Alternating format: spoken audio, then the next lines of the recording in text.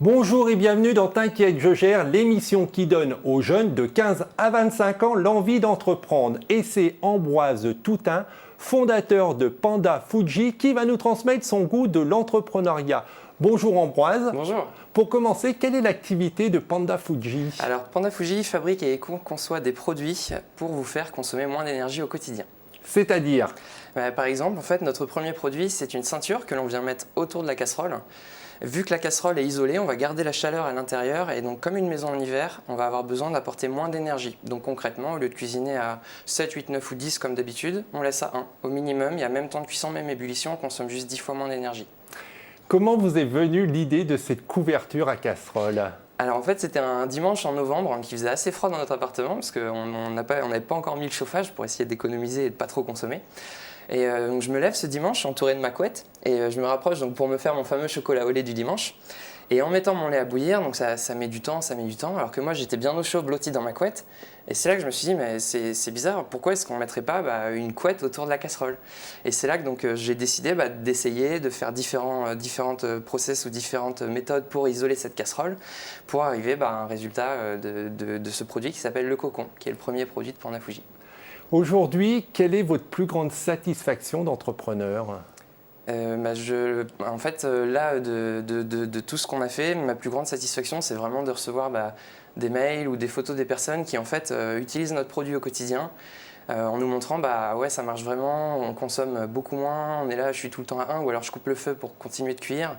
Et ça me dit, c'est vraiment un produit qu'en fait, j'avais dans ma tête, qui était un peu un rêve, et qui aujourd'hui se démocratise un peu, qui va chez des gens dont je ne connais absolument pas. Et ça, c'est une très grande satisfaction. C'est ce que j'allais dire. Au départ, on est un petit peu incrédule, c'est-à-dire qu'on a sa petite idée comme ça, puis on ne sait pas si ça va marcher. Aujourd'hui, d'avoir tous ces retours et de voir que ça fonctionne, c'est une grande satisfaction. Exactement.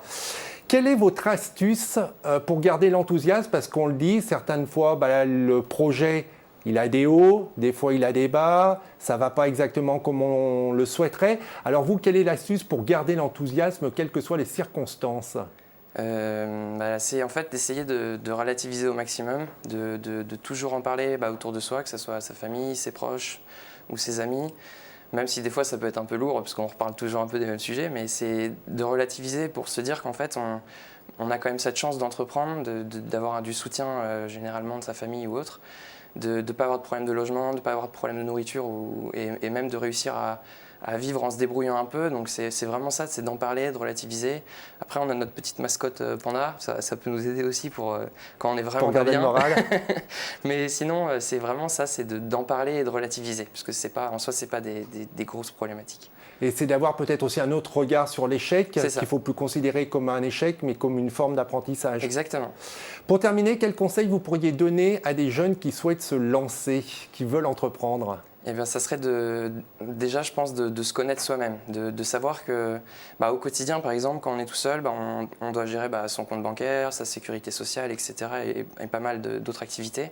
Il faut savoir que si on crée une entreprise et qu'on entreprend, il y aura quasiment la même chose, mais pour l'entreprise. Donc ça risque d'être un peu plus lourd.